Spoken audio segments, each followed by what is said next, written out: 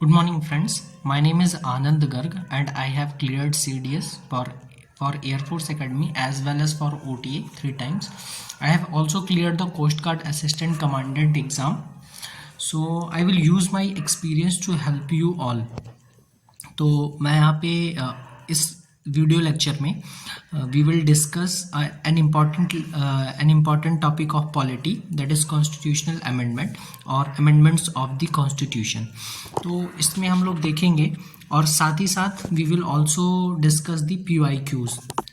तो जो भी क्वेश्चन पॉलिटी में पूछे गए हैं एसएससी में, सॉरी CDS में एज वेल एज NDA में, उनको भी हम डिस्कस करेंगे। तो ये लेक्चर होगा हमारा अमेंडमेंट ऑफ द कॉन्स्टिट्यूशन में, एंड बहुत ही कम टाइम में जितने भी इम्पॉर्टेंट इससे क्वेश्चंस बन सकते हैं, जितने भी इम्पॉर्टेंट पॉइंट्स हैं, वो बहुत ही कम टाइम में मैं कवर करूँगा। तो इस लेक्चर के बाद आपको कॉन्स्टिट्यूशनल अमेंडमेंट फिर दोबारा कहीं से पढ़ने की ज़रूरत नहीं पड़ेगी। तो लेट्स स्टार्ट द वीडियो। देखिए, सबसे पहली बात है कि टाइप्स ऑफ अमेंडमेंट्स, कॉन्स्टिट्यूशन को कितने टाइप से अमेंड किया जा सकता है। तो देखिए, इसमें यहाँ पे मैंने मेंशन किया है कि कॉन्स्टिट्यूशन को 2 टाइप से अमेंड किया जा सकता है। फर्स्ट ये है, देखिए, outside the scope of article 368। मतलब क्या होगा, outside the scope of article 368, and second is under article 368। मतलब जो अमेंडमेंट होगा, या तो हम 368 के अंडर जो उसमें 368 के अंडर हम उसको अमेंड कर सकते हैं, या तो इसके अलावा सिंपल मेजॉरिटी से अगर हम अमेंड करते हैं। सिंपल मेजॉरिटी से मतलब कि जैसे जो लेजिस्लेटिव ऑर्डिनेंसेस होते हैं नॉर्मल, या लेजिस्लेटिव प्रोसेस जो होती है, उसमें क्या होता है, सिंपल मेजॉरिटी से हम कोई लॉ लाते हैं, उसके जैसा ही अगर कोई अमेंडमेंट है तो हम उसको, वो एक टाइप हो जाता है। दूसरा होता है अंडर आर्टिकल 368। अंडर आर्टिकल 368 में क्या होता है, इसमें जो अमेंडमेंट होता है वो स्पेशल मेजॉरिटी से होता है, और एक इसमें और टाइप, इसमें 2 टाइप का होता है। या तो एक स्पेशल मेजॉरिटी से, सेकंड स्पेशल मेजॉरिटी चाहिए plus ratification by half of the states. Ratification का मतलब क्या है कि जो आधे स्टेट्स होंगे उनकी भी इसमें उनकी भी परमिशन रिक्वायर्ड होती है, ठीक है, जो स्टेट से रिलेटेड मैटर्स होते हैं उनमें, ठीक है। तो ये अपने 3 टाइप से हम कॉन्स्टिट्यूशन को अमेंड कर सकते हैं। एक है by simple majority, second special majority से, and third special majority plus ratification of half of the states. फिर इसके बाद जो हमारा टॉपिक आता है, इसके बाद क्या है, यहाँ पे ये पूछेगा कि स्टेट रेटिफिकेशन किस मेजॉरिटी से होता है। इसके दिमाग में क्वेश्चन आ रहा है ये, तो इसका जो आंसर है हमने पीछे डिस्कस किया, ये बता रहा है क्या है, सिंपल मेजॉरिटी से, है ना। तो ये हो गई GI अपनी। फिर यहाँ पे हमने एक टर्म यूज़ किया स्पेशल मेजॉरिटी। यहाँ पे हमने एक टर्म यूज़ किया स्पेशल मेजॉरिटी। तो ये स्पेशल मेजॉरिटी क्या है, स्पेशल मेजॉरिटी का मतलब है यहाँ पे majority of total membership of each house. इसका मतलब क्या है, जितने टोटल मेंबर हैं हाउस में उसकी मेजॉरिटी, ठीक है। जैसे मान लीजिए 10 है तो 10 में से एटलीस्ट 6 मेंबर्स की अगर हमको वोट मिल जाए तो क्या हो जाएगी, टोटल मेंबरशिप की मेजॉरिटी हो जाएगी, है ना। और सेकंड कंडीशन क्या है कि 2/3 प्रेजेंट एंड वोटिंग। मतलब जो भी प्रेजेंट है और वोट कर रहे हैं उसमें से एटलीस्ट 2/3 की मेजॉरिटी होनी चाहिए। मतलब जैसे टोटल मेंबर है 10, समझ लीजिए कि टोटल मेंबर है 10, तो 10 में से 6 होनी चाहिए, पहली बात। और मान लीजिए कि 8 आज प्रेजेंट है, तो 8 का 2/3 अगर हम करेंगे तो 8/2 × 3 16/3, मतलब 16/3, मतलब कि अपना अप्रॉक्सीमेटली 5 से ऊपर होने चाहिए, है ना। तो ऐसे ये 2 चीज़ें स्पेशल मेजॉरिटी में होनी चाहिए, क्या, मेजॉरिटी ऑफ द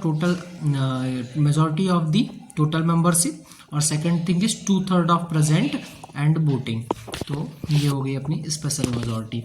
इसका क्या क्वेश्चन है, इसके दिमाग में आया, ये तो जानी पहचानी है। मतलब ऐसी मेजॉरिटी और भी कहीं यूज़ होती है, कहाँ, एक तो ये जब हम लोग नेशनल इमरजेंसी लगाते हैं तब भी जो हम मेजॉरिटी यूज़ होती है, स्पेशल मेजॉरिटी होती है, वो ऐसी ही होती है। मतलब टोटल मेंबरशिप की मेजॉरिटी होनी चाहिए प्लस 2/3 प्रेजेंट एंड वोटिंग होनी चाहिए। सेकेंड थिंग इज इसमें और भी कहाँ ये यूज़ होती है, जब सुप्रीम कोर्ट या हाई कोर्ट के जज को रिमूव करते हैं तब भी हमारी सिमिलर मेजॉरिटी यूज़ होती है, और जब स्टेट लेजिस्लेटिव काउंसिल के लिए भी बनाने के लिए भी यही वाली मेजॉरिटी का यूज़ होता है, तो इसको याद रखना है। फिर देखिए प्रोसीजर क्या होता है। अब यहाँ से क्वेश्चन बनते हैं प्रोसीजर क्या होता है। तो सबसे पहले क्या होता है, बिल को हाउस में इंट्रोड्यूस किया जाता है। अब यहाँ से क्या क्वेश्चन बन सकता है कि क्या ये स्टेट लेजिस्लेचर में इंट्रोड्यूस हो सकता है, तो नहीं। ये कहाँ इंट्रोड्यूस हो सकता है, सिर्फ अपना पार्लियामेंट में। कहाँ, पार्लियामेंट में।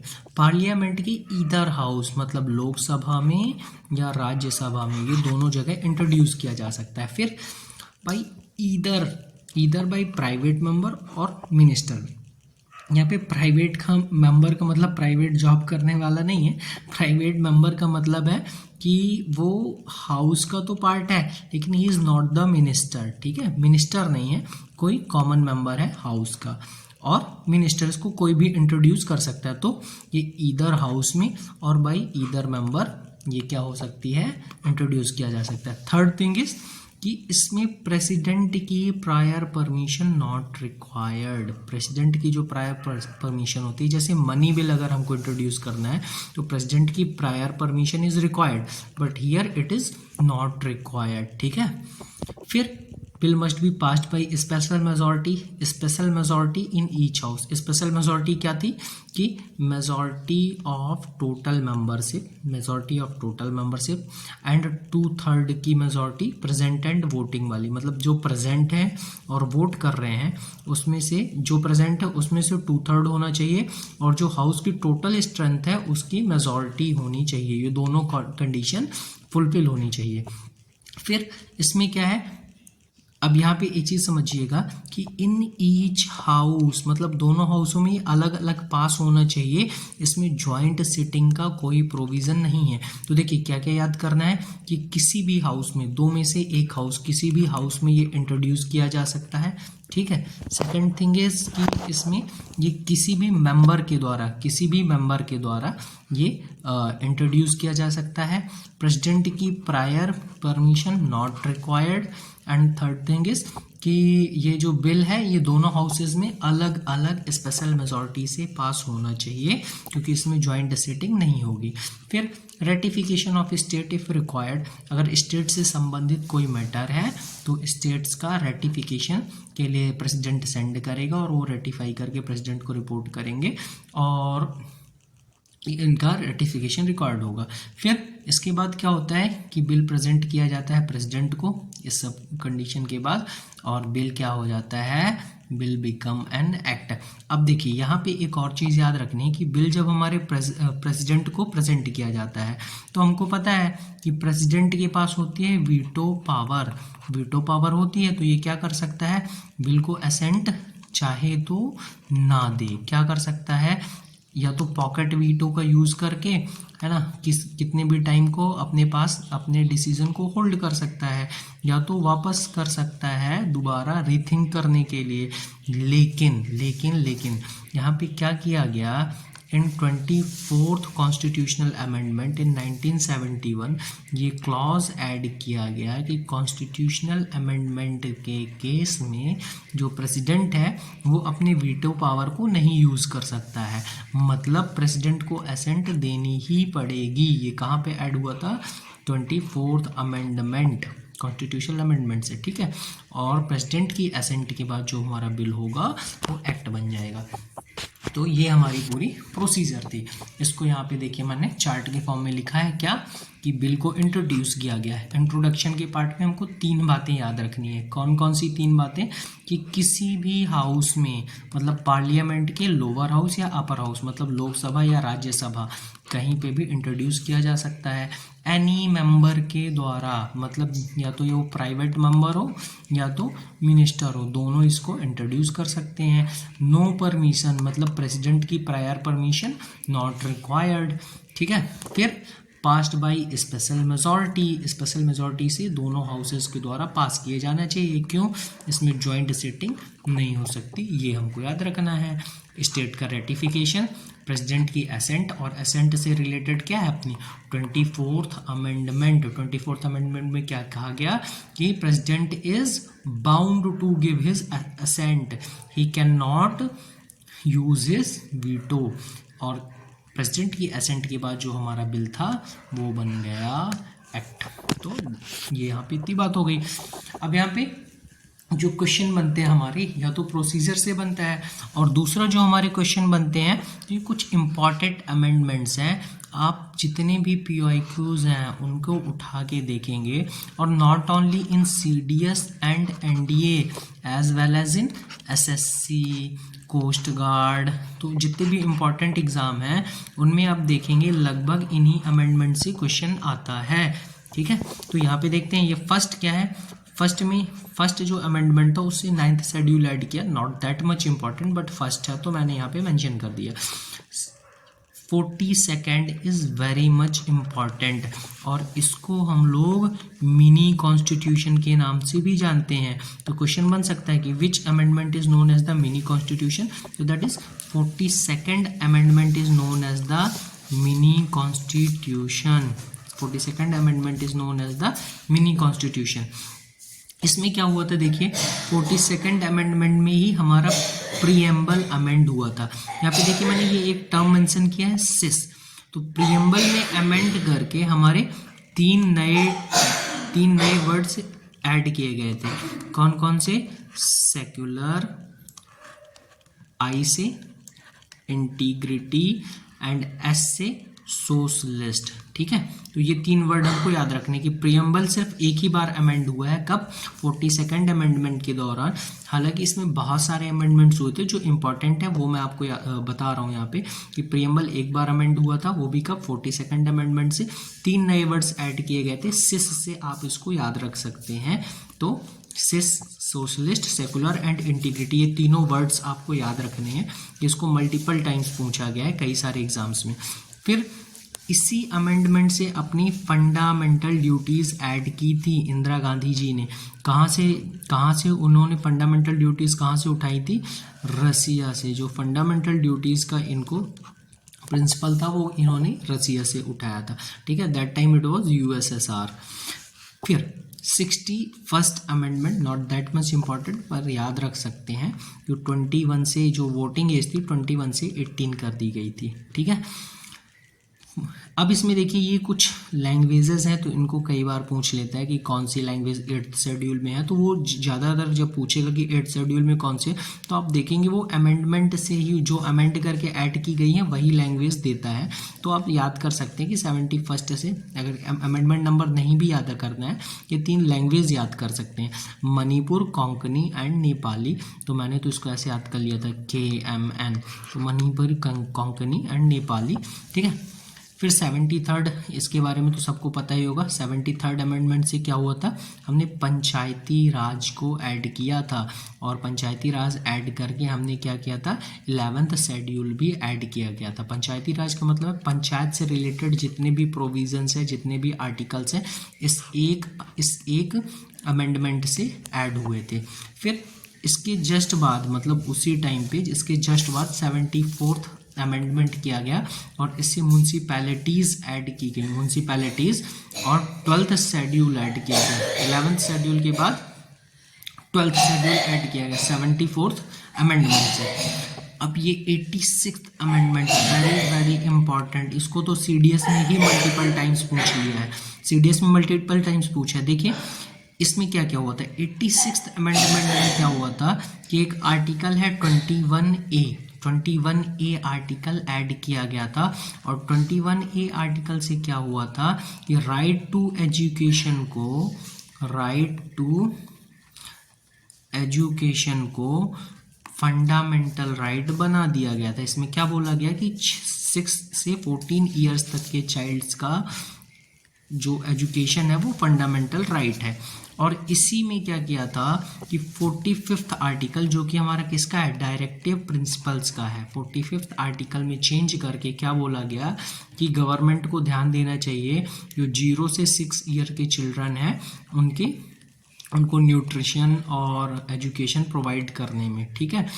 और 51A मतलब फंडामेंटल ड्यूटीज़ एक ऐड की गई थी कि बच्चों को एजुकेशन प्रोवाइड करना भी क्या है, फंडामेंटल ड्यूटी। तो 86 में देखिए एजुकेशन वाले सारे काम हो गए थे, इसको मल्टीपल टाइम्स पूछा गया क्या क्या किया इसमें, 21A ऐड करके क्या किया, इसको फंडामेंटल राइट बना दिया एजुकेशन को।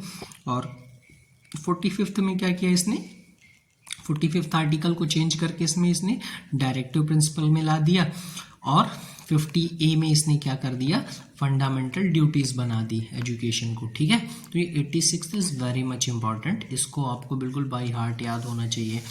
फिर 91st है, 91st में क्या बोला गया, 91st कॉन्स्टिट्यूशनल अमेंडमेंट में पहले क्या करते थे कि जैसे जो मेंबर्स होते तो उनको खुश करने के लिए कितने भी मिनिस्टर और वो बना रहे हैं, तो 91st अमेंडमेंट से एक लिमिट लगा दी गई कि जो स्ट्रेंथ होगी हाउस की उसके 15% ही मिनिस्टर बनेंगे, सिर्फ 15% मिनिस्टर बनेंगे। तो ये नॉट दैट मच इम्पॉर्टेंट, याद कर सकते हैं। हाँ, ये 92nd को ये लैंग्वेजेस जैसे ऊपर हमने याद किया था KMN मतलब मणिपुरी, कोंकणी एंड नेपाली, तो यहाँ पे याद रखना बोडो, डोगरी, मैथिली एंड संथाली।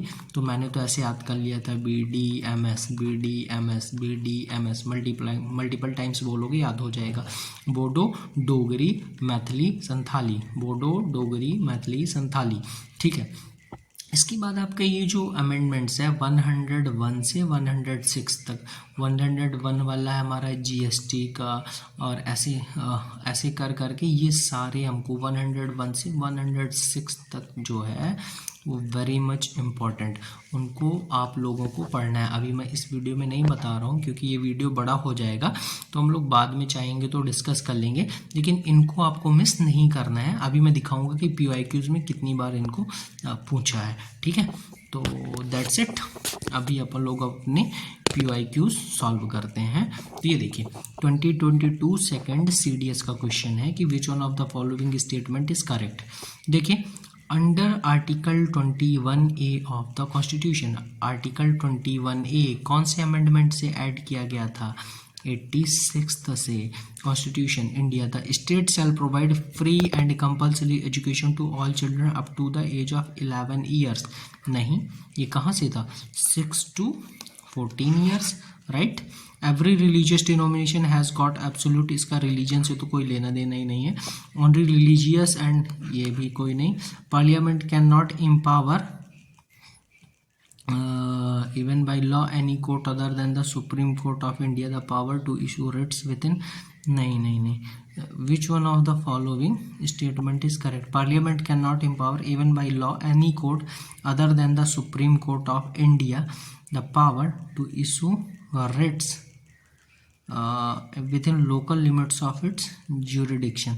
तो अच्छा ये इसमें सिर्फ ये एक स्टेटमेंट है जिसको हमको ये 21A, तो ये 86th अमेंडमेंट से है ना, तो ये तो गलत हो गया अपना। हमको बताना है कि इसमें स्टेटमेंट कौन सी करेक्ट है।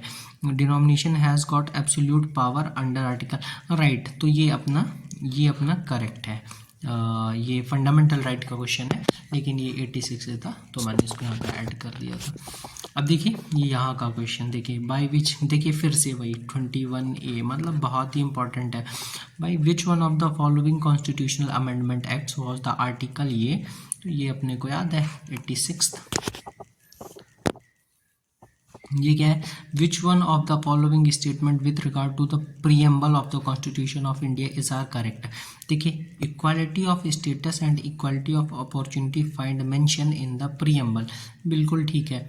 इक्वालिटी ऑफ स्टेटस मतलब सोशल इक्वालिटी की बात की गई है, एंड इक्वालिटी ऑफ अपॉर्चुनिटी की भी बात की गई है, लेकिन है ना, इक्वालिटी सोशल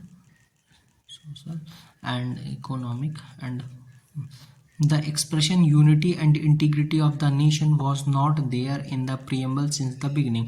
तो देखिए इंटीग्रिटी तो नहीं था, ये तो हमको पता है। तो यहाँ से ये हमारा हो गया equality of status and equality of opportunity. ये ओनली 1 इज करेक्ट एंड 2 भी करेक्ट, सॉरी। तो बोथ 1 एंड 2 इसका आंसर हो जाएगा। फिर यहाँ पे विच one of the following statement about a bill for amendment of the constitution of India is not correct. तो देखिए यहाँ पे it is govern by article, ये ठीक है अपना। फिर joint sitting can be restored to for the passing a bill amending the constitution of India. हमको पता है जॉइंट सिटिंग नहीं हो सकती। The state legislature can not initiate any bill, ये भी ठीक है, स्टेट लेजिस्लेचर में नहीं होगा, या तो लोकसभा या तो राज्यसभा में। The previous sanction of the president of India is not required, ये भी ठीक है ना। तो ये अपना गलत हो गया, that is the B is the अपना correct option. The following just give me a second. Following the constitution 101 first amendment act है ना, ये तो जीएसटी से संबंधित है act. The parliament of India enacted quite a few GST acts in the year, which one of the following does not fall in this category. अच्छा, ये तो जीएसटी से रिलेटेड है, इसका टैक्स से कोई लेना देना नहीं, इसको आपको पढ़ना पड़ेगा। अभी तो ये मेरे को Which one of the following amendment in the Constitution of India made a proclamation of emergency immune from judicial review?